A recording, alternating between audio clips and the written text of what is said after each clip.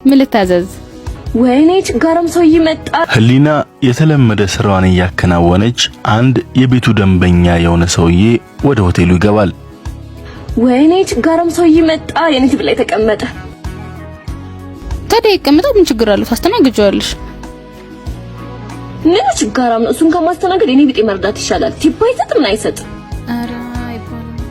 በእናትሽ አንቺ ለቲጂ ሂጂ በእናትሽ። እንዴ ያምሻል እንዴ? አለቀየኛ ለራስሽ ሂጂ።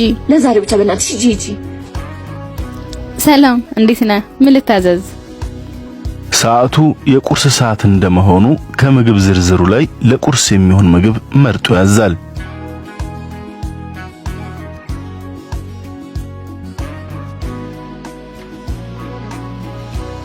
ታለሽም ቲፑን ጥርግርግ አድርጎ ነው የሚወስደው። አንተ ፈንታ ያስቀርልሽም። ቲፕ እኮ ደንበኞች በፈቃዳቸው የሚሰጡት ችሮታ እንጂ ግዴታ አይደለም። እኛ ደግሞ ደሞዝ እስከተከፈለን ድረስ አክብረን ማስተናገድ ግዴታ አለብን። ደግሞ ቸግሮት ቢሆን ሰው እኮ አይታወቅም። አይ እንጂ የኛ ተቆርቋሪ።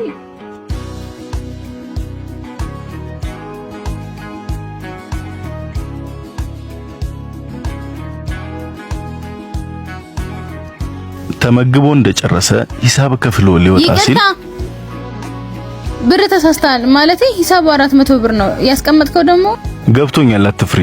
ለመልካም መስተንግዶሽና ለበጎነትሽ ያደረኩት ነው። አየሽ ዝቅ ማለት ዋጋ አለው።